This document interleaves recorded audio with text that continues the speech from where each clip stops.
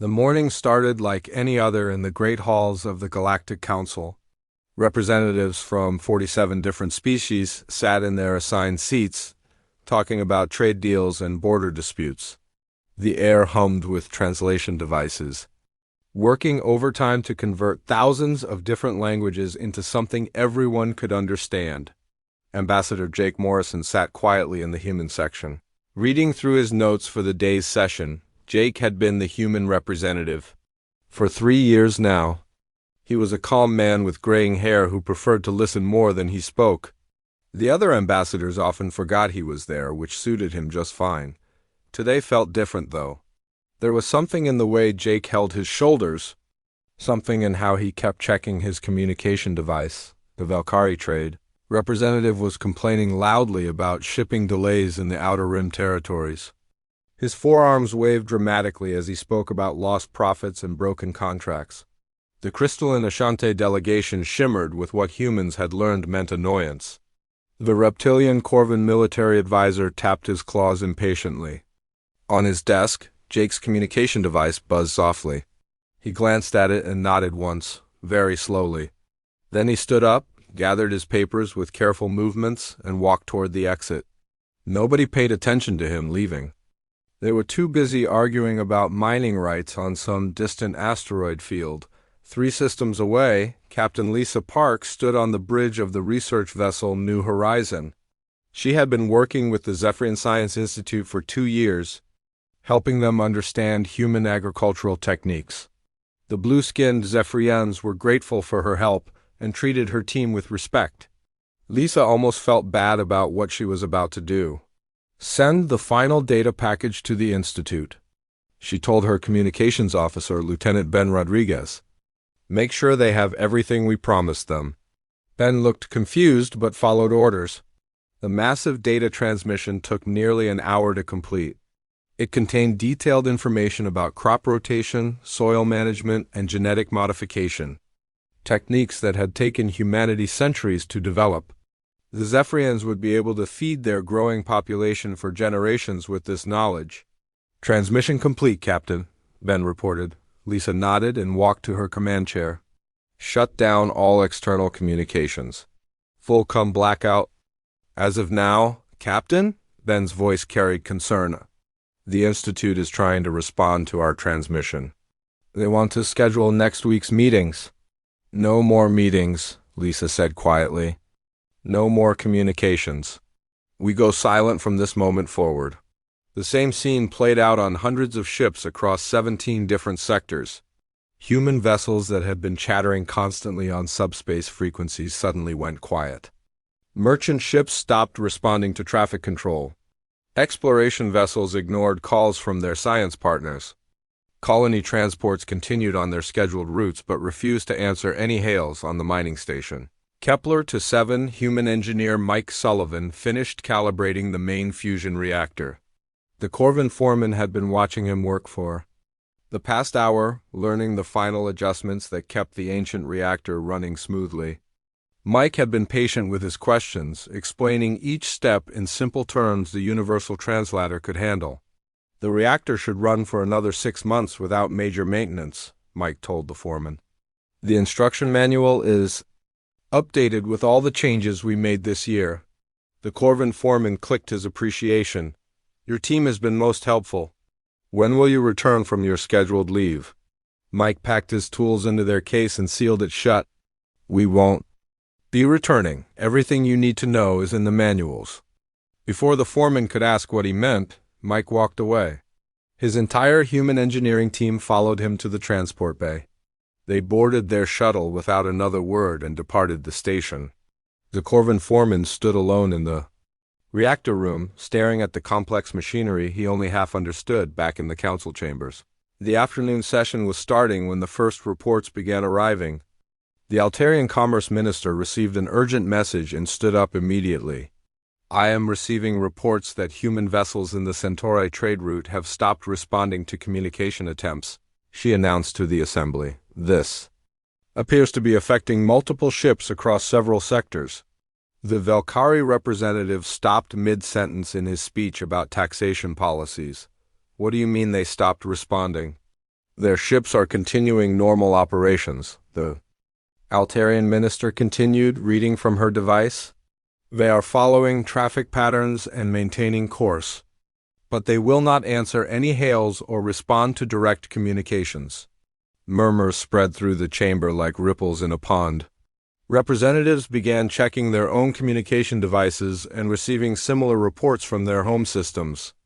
The pattern was the same everywhere. Human ships and personnel were simply not talking to anyone anymore. Dr. Ellen Hayes finished her final patient examination at the Proxima Medical Center. The young Thanari soldier had been injured in a training accident and needed surgery to repair damage to his breathing apparatus. Ellen had worked for 6 hours to save his life, using techniques that no other species in the galaxy had developed. Dr. Hayes, the Thanari medical chief, approached her as she cleaned her instruments. The patient will make a full recovery. Thanks to your skill. His family wishes to thank you personally. Ellen smiled and handed him a data pad. These are my complete surgical notes and recommendations for his recovery. The procedure is fully documented so your staff can handle similar cases in the future. But doctor, we were hoping you could train our surgeons in these advanced techniques. The council approved funding for a full medical exchange program. Ellen removed her medical coat and hung it in her locker. I'm sure your doctors will do fine with the written instructions. Everything they need is in those files. She walked out of the medical center carrying only a small personal bag. The Thanari medical staff watched her leave with growing confusion. Ellen Hayes was the most skilled surgeon in 3 sectors, and they had just lost her without explanation. On Colony World Haven 7, Farmer Don Carter shut down the agricultural processing plant he had built from scratch over 3 years.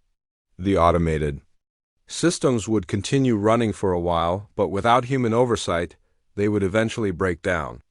The Thanari colonists who depended on the human-designed farming equipment gathered around as Dan sealed the main control room. The harvest season is just beginning, the colony elder said through his translator device. Our people need the food production systems to remain operational. Don handed him a set of access codes and instruction manuals. Everything is documented. Your people are smart and capable. You'll figure it out. That was the last thing Don Carter said to any non-human. He walked to the spaceport where his family was waiting with their packed belongings. The other human families in the colony were doing the same thing. They boarded the weekly transport shuttle in complete silence, leaving behind the homes and farms they had built with their own hands. By the end of the day, every human in known space had stopped talking to aliens. They continued working, they completed their assigned tasks, and they fulfilled their existing contracts.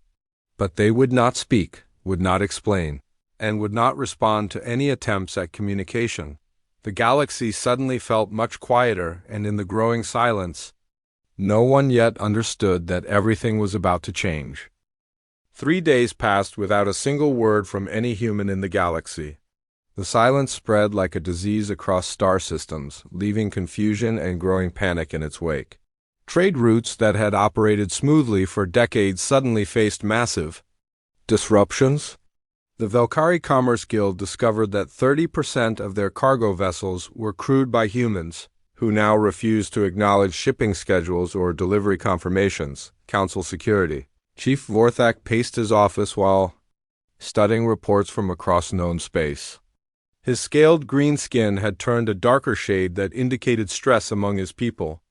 Every security station in 17 sectors reported the same impossible situation. Humans were present, working and breathing, but they acted as if every other species had simply stopped existing. Send another priority message to all human vessels, Vorthak ordered his communications officer. Demand an immediate response under Council Security Protocol 7. The blue-skinned Altarian officer worked at her console for several minutes before looking up with confusion. Sir, the messages are being received. Our sensors show their communication systems are active and functional. They just choose not to respond. Vorthak's claws scraped against his desk surface. In 40 years of security work, he had never encountered anything like this. Pirates would threaten and demand ransom. Rebels would send angry messages about their causes. Even hostile alien species would at least insult them before attacking. But this complete silence felt more terrifying than any enemy he had ever faced. The Corvin Mining Consortium faced their own crisis. Chief Administrator Kleck stood in the main operations center of Asteroid Mining Station Delta 9, staring at displays that showed dropping production numbers across 12 mining facilities. Human technical specialists had simply vanished from their posts overnight, leaving behind only detailed instruction manuals and updated maintenance schedules. The extraction equipment on Belt Station 7 has shut down completely, reported his assistant. The human engineering team departed on the morning transport. They left their access codes and technical documentation, but our Corvin engineers cannot restart the primary drilling systems. Klex clicked his mandibles in frustration. What about the backup protocols? The humans documented everything, sir. But the mining equipment uses human-designed control systems that require specialized knowledge to operate.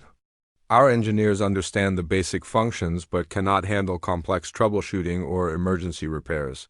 Similar problems plagued facilities throughout the galaxy.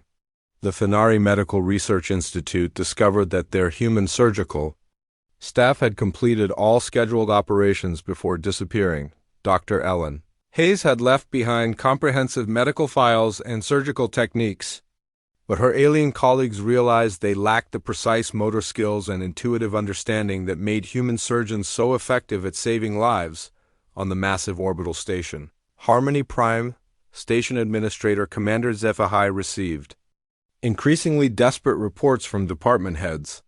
The station housed over 2 million beings from dozens of different species, and humans made up only 8% of the population.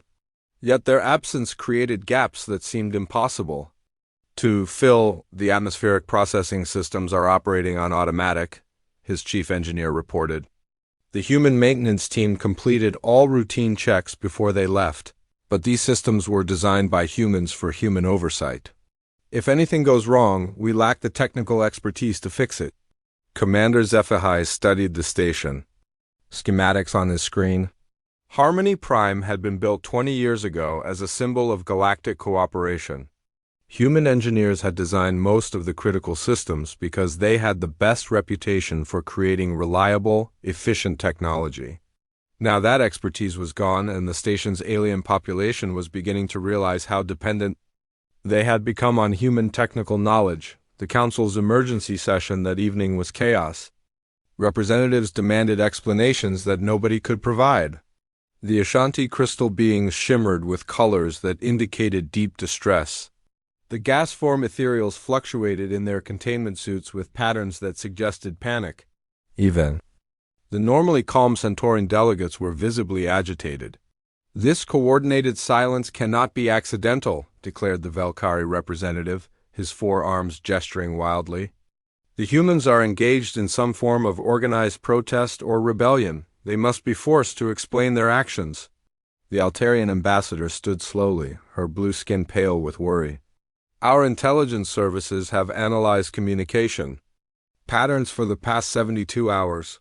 Human vessels continue operating normally in all respects except communication. They follow traffic regulations, complete scheduled deliveries, and maintain all safety protocols. They simply refuse to speak to anyone who is not human.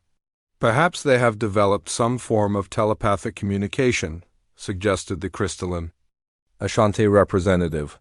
Their sudden coordinated behavior implies a shared consciousness or hidden communication network. Council Intelligence Director Morvac shook his reptilian head. We have monitored all known communication frequencies, including quantum entanglement networks and subspace channels. If the humans are communicating with each other, they are using technology unknown to the rest of the galaxy. The economic implications were becoming clearer with each passing hour. Human-operated cargo vessels continued following their shipping routes, but without communication, it was impossible to update destinations or negotiate new contracts. Human-designed equipment continued functioning, but alien technicians struggled to perform maintenance without being able to consult with human experts. On the frontier colony of New Brisbane, the situation grew desperate. The human population of 15,000 had evacuated over 2 days, leaving behind 50,000 alien colonists who depended on human-operated life support systems. Colony Administrator Veltar watched helplessly as atmospheric recycling efficiency dropped without human technicians to calibrate the complex machinery. The humans left complete operational manuals, his chief engineer reported. But these systems require constant adjustment based on weather patterns, population density, and atmospheric composition. The documentation explains what to do, but not how to recognize when adjustments are needed. Veltar stared at the colony's main display screen, which showed atmospheric oxygen levels slowly declining. The human engineers had trained alien staff in basic operations, but the subtle intuition needed to maintain life support systems for multiple species came from decades of human experience that could not be easily replaced. Similar crises developed across hundreds of colonies and space stations. The galaxy was learning that human involvement in critical systems went far beyond simple labor or technical knowledge. Humans had become the invisible foundation that held galactic civilization together, and their sudden silence revealed just how dependent everyone had become on their quiet competence. As the third day ended, panic spread through government offices and corporate headquarters. The humans were still present, still visible, still breathing, but they had withdrawn into themselves so completely that they might as well have vanished entirely. The galaxy was beginning to understand that something fundamental had changed, and nobody knew how to fix it. Week 2 brought revelations that shook the galaxy to its core.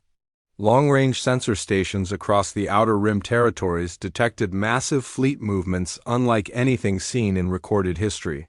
Ships that had been considered lost or decommissioned suddenly appeared on sensor grids, all moving in coordinated patterns toward the galactic edge. Council military analyst Commander Zephyhi stared at his tactical display in disbelief as hundreds of red dots representing human vessels converged from every direction. "Run the analysis again," he ordered his sensor technician. "These readings cannot be accurate." The young Altarian officer worked at her console for several minutes before turning back with wide blue eyes. "Sir, the sensors are functioning correctly. We are detecting over 3,000 human vessels of various sizes moving toward Sector 0. Many of these ships have never appeared in our databases before." Commander Zephyhi activated the emergency alert system. Within minutes, Senior Council members were rushing to the military command center. What they saw on the main display screen defied everything they thought they knew about human capabilities. Generation ships the size of small moons emerged from empty space. Construction facilities that had appeared to be abandoned suddenly powered up and began launching completed vessels. Hidden shipyards revealed themselves as massive evacuation staging areas. "How long have they been building this fleet?" whispered the Valkyrie defense minister, his forearms trembling as he studied the tactical display. "Analysis suggests some of these vessels are decades old," Commander Zephyhi replied. "The humans have been preparing for this evacuation for at least 20 years, possibly longer. They have been building ships in secret locations throughout the galaxy while maintaining their normal daily activities." On New Geneva Station, Security Officer Rick Stone completed his final shift with mechanical precision. He had worked alongside his Altarian partner Officer Kaya for 3 years, building a friendship that transcended species differences. Kaya watched in confusion as Rick methodically downloaded the station's complete security database, backed up all surveillance recordings, and organized his case files with careful attention to detail. "Rick, what are you doing?" Kaya asked. "Your shift ended an hour ago." Rick sealed the final data storage device and placed it on Kaya's desk along with his security badge and access codes. He looked at his partner for a long moment, and Kaya saw something in his eyes that looked like sadness mixed with determination.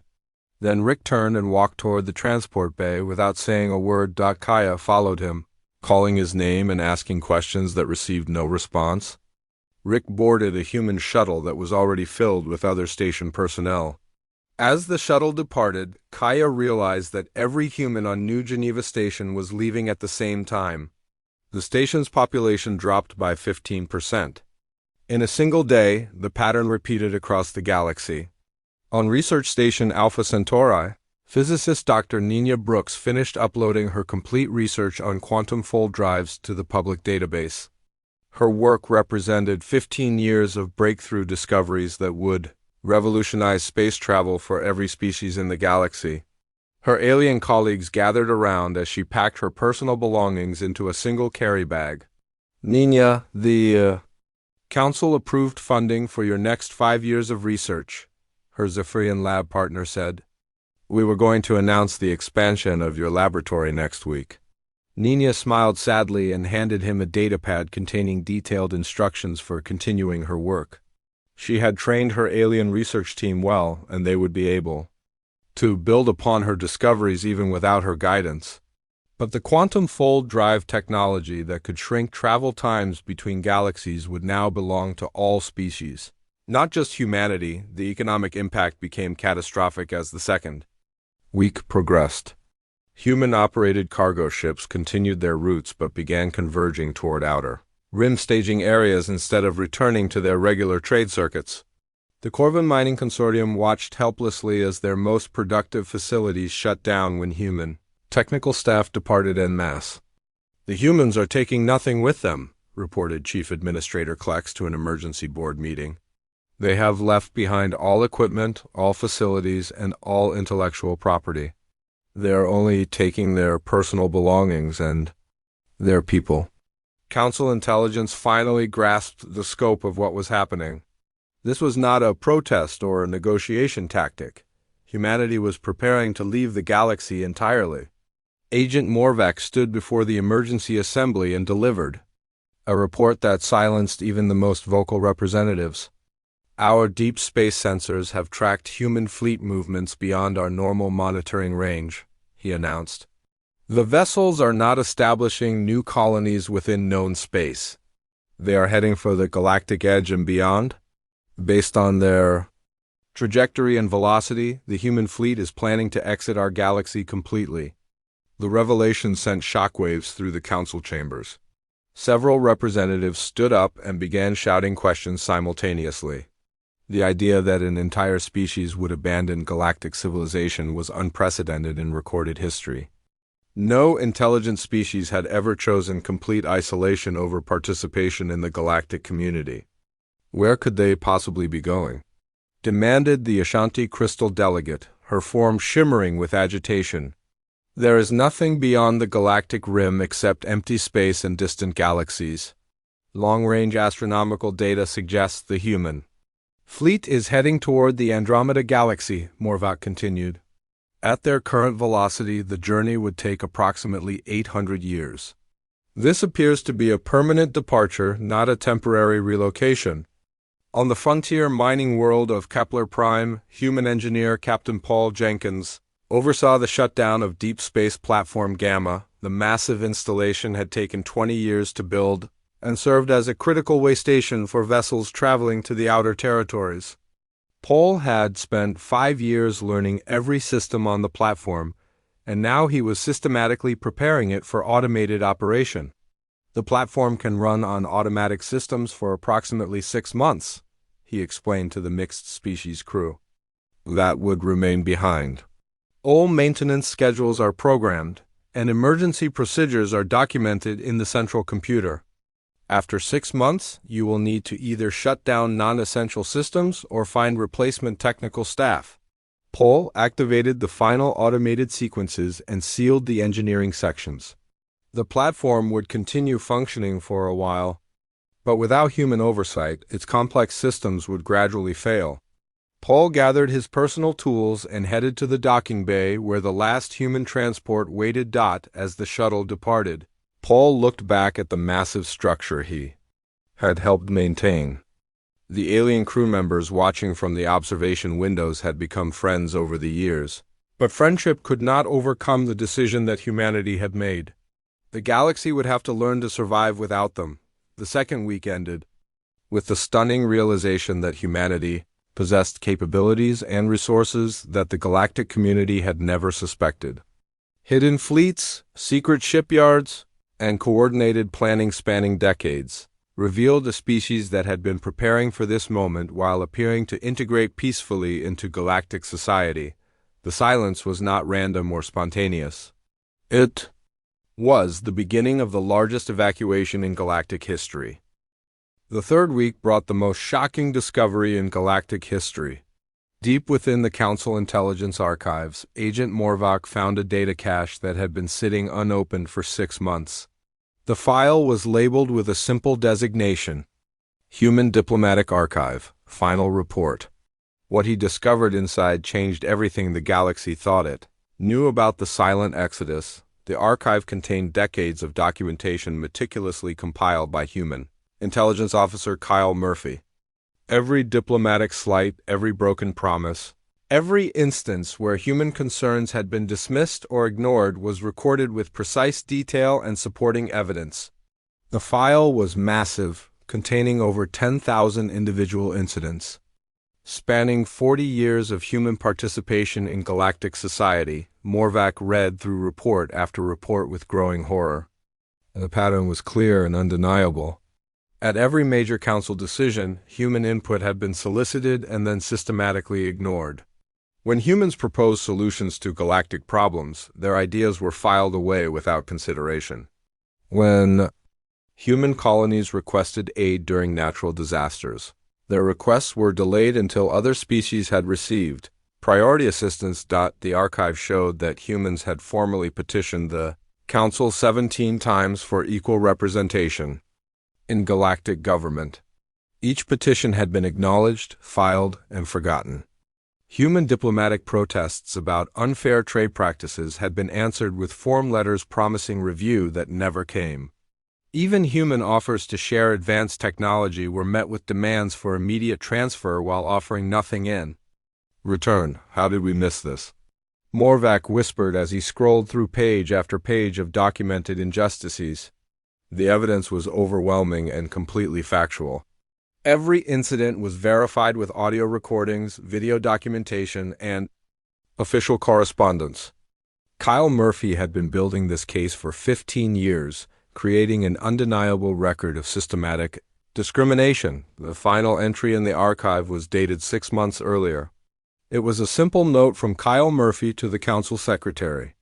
Submitted for the historical record. No response required.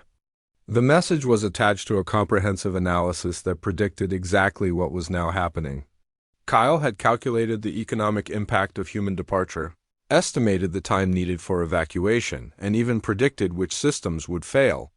First, without human oversight, Council Chairperson Veltar called an emergency session as word of the archive spread through government offices. The great chamber filled with representatives who had spent weeks demanding answers about human behavior. Now they had their answers, and the truth was more damaging than anyone had imagined. This archive proves that human grievances were not only legitimate but were systematically ignored by this body, Veltar announced to the assembled delegates. We have failed in our fundamental duty to treat all member species with equal respect and consideration. The Valkyrie trade representative stood up with his forearms shaking. These records must be fabricated. Humans never expressed these complaints during normal diplomatic channels. Morvac activated the chamber's main display screen. Audio recordings filled the room as human ambassadors politely raised concerns that were dismissed with casual indifference. Video files showed human delegates being interrupted, ignored, or told their issues would be addressed later. The evidence was irrefutable because it came from the Council's own official records. Every complaint, every petition, every diplomatic protest was properly filed through official channels, Morvac continued. The humans followed every protocol, respected every procedure, and accepted every delay without public complaint. They continued their duties while documenting our failure to treat them as equal partners in galactic civilization. The economic data in Kyle Murphy's archive painted a terrifying picture. Humans controlled or contributed to 63% of all interstellar trade through their shipping networks and logistics expertise. They provided 47% of technological innovation through their research institutes and engineering firms. Human peacekeeping forces maintained stability, In 8 sectors where other species had failed to establish order, Dr. Amy Chun had been documenting this pattern from the scientific perspective. Her research at the Galactic Institute of Technology had led to breakthrough discoveries in quantum fold drives, advanced medical techniques, and efficient energy production. But her funding requests were always approved last. Her research proposals required twice as much documentation as other species, and her discoveries were immediately demanded for public release, while other species kept their innovations proprietary. Amy had completed her final project before departing the institute. She uploaded her complete quantum fold drive research to the public database, ensuring that all species would benefit from technology that could revolutionize galactic travel. Her alien colleagues found detailed instructions for building and operating the drives, along with safety protocols that had taken years to develop. Amy had given the galaxy a gift that could unite distant civilizations, and she asked for nothing in return. The archive revealed similar patterns across every sector of galactic society. Human medical officers like Dr. Ellen Hayes had saved millions of lives using techniques unavailable to other species, but their requests for advanced medical equipment were always given lowest priority. Human engineers had designed and maintained critical infrastructure throughout the galaxy, but their safety recommendations were often overruled by administrators who prioritized cost savings over proper maintenance. Station Commander Paul Jenkins had filed 47 safety reports about Deep Space Platform Gamma over 5 years. Each report detailed potential system failures that could endanger the lives of thousands of station residents. The reports were acknowledged but never acted upon. Paul had spent his own time and resources implementing temporary fixes while waiting for official approval that never came. The archive showed that humans had quietly prevented dozens of disasters through their diligence and expertise. Mining accidents were avoided because human engineers insisted on safety protocols that other species considered unnecessary. Medical emergencies were resolved because human doctors worked extra shifts without compensation. Transportation networks functioned smoothly because human logistics coordinators solved problems before they became crises. They never complained publicly, Valtar said, as he reviewed the evidence. They never threatened to leave or demanded special treatment. They simply continued their work while documenting our systematic disregard for their contributions and concerns. The most damaging revelation was that humans had repeatedly offered to share their most advanced technologies freely with all galactic species. Proposals for enhanced communication systems, improved life support technology, and breakthrough medical treatments had been submitted to the Council repeatedly. Each offer was met with demands for immediate technology transfer while providing nothing in return. When humans requested fair consideration for their own needs, they were told to be patient while other species received priority attention. The galaxy finally understood that the silent exodus was not an emotional outburst or political protest. It was the logical conclusion of decades of careful analysis and documentation. Humanity had tried every diplomatic avenue, followed every proper procedure, and exhausted every peaceful option for achieving equal treatment. When those efforts failed, they had quietly prepared for departure while continuing to fulfill their obligations until the very end. Kyle Murphy's final report contained a single recommendation: the human species withdraws from galactic civilization. Not in anger, but in recognition that our values and theirs are incompatible. We wish all species well in their future endeavors. The galaxy had received exactly what it had given humanity: polite, professional indifference. The difference was that humanity could survive without the galaxy, but the galaxy was learning it could not survive without humanity. 1 month after the silence began, the last human ship crossed the galactic rim. Captain Steve Martinez stood on the bridge of the Deep Space Explorer Wanderer as his vessel passed beyond the range of galactic sensors. Behind him stretched a convoy of 10,000 ships carrying the entire human species toward the distant lights of Andromeda Galaxy. Ahead lay 800 years of travel through the cosmic void between galaxies. Steve activated his ship's automated communication system one final time. The message was brief and transmitted on all frequencies that the Galactic Council monitored. Humanity thanks the Galactic Council for the lessons learned. We wish you well in your future endeavors. Then the Wanderer's communication array went permanently dark, joining the rest of the human fleet in their journey toward a new galaxy and a fresh beginning, the galaxy humanity. Left behind collapsed into chaos within days. Without human logistics networks, cargo deliveries stopped reaching outer rim colonies. Food shortages developed on worlds that had become dependent on human agricultural expertise. Medical facilities struggled to treat patients without human doctors who understood complex multi-species physiology.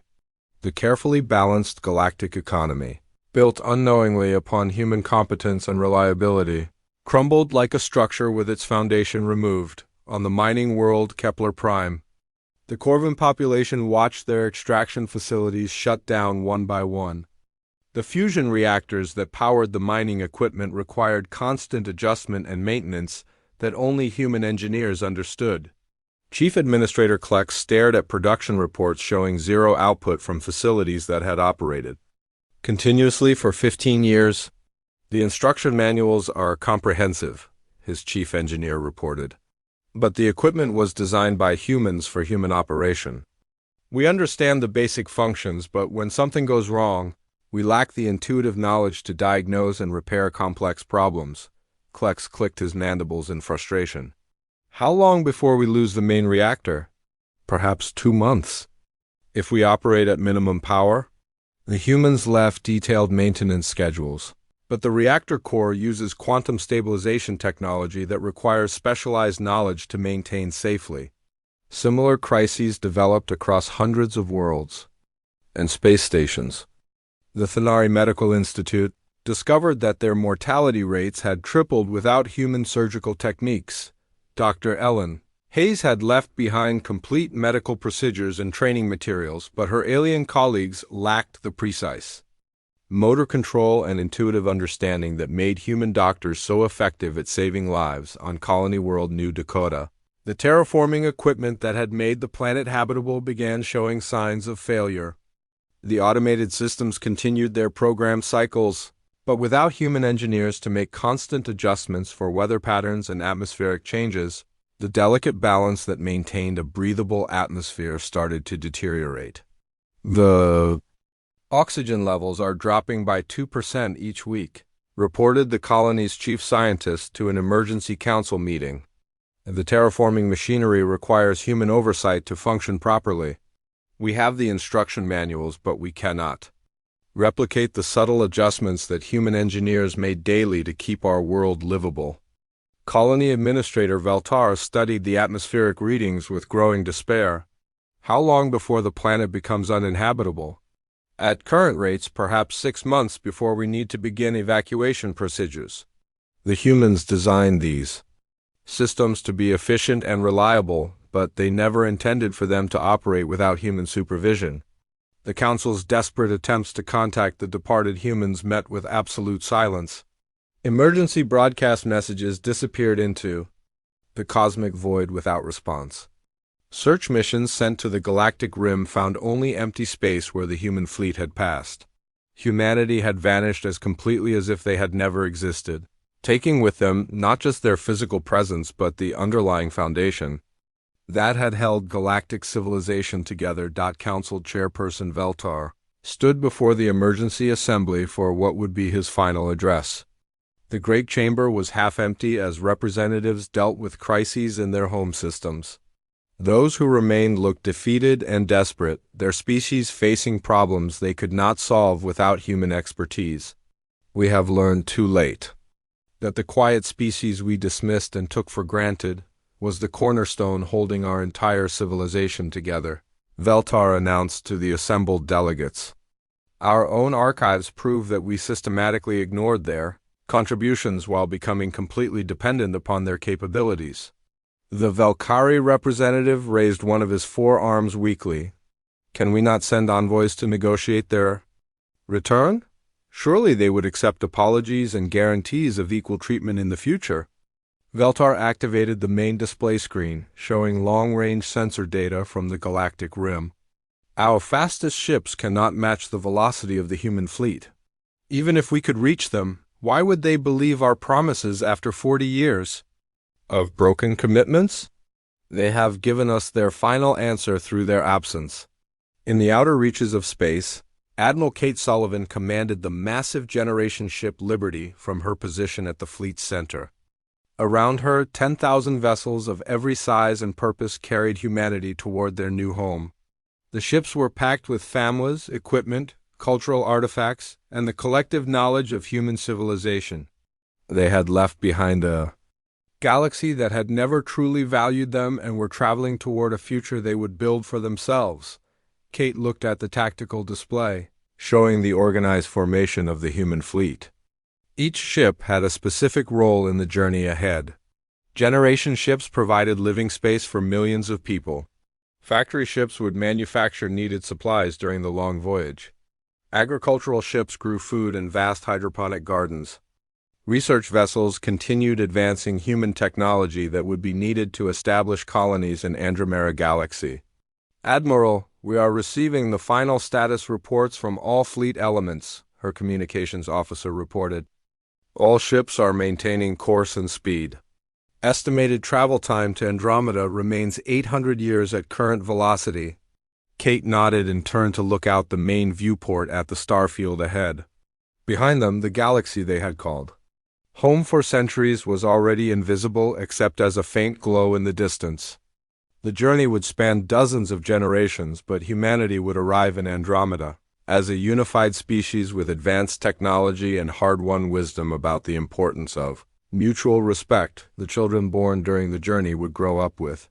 Stories about the galaxy their parents had left behind. They would learn about species that had taken human contributions for granted until those contributions were gone. They would understand that respect cannot be demanded or purchased, but must be earned through consistent action and mutual consideration. In the abandoned galaxy, the lesson echoed through empty stations and failing systems. The Council had learned that some mistakes cannot be undone and some bridges cannot be rebuilt once they are burned.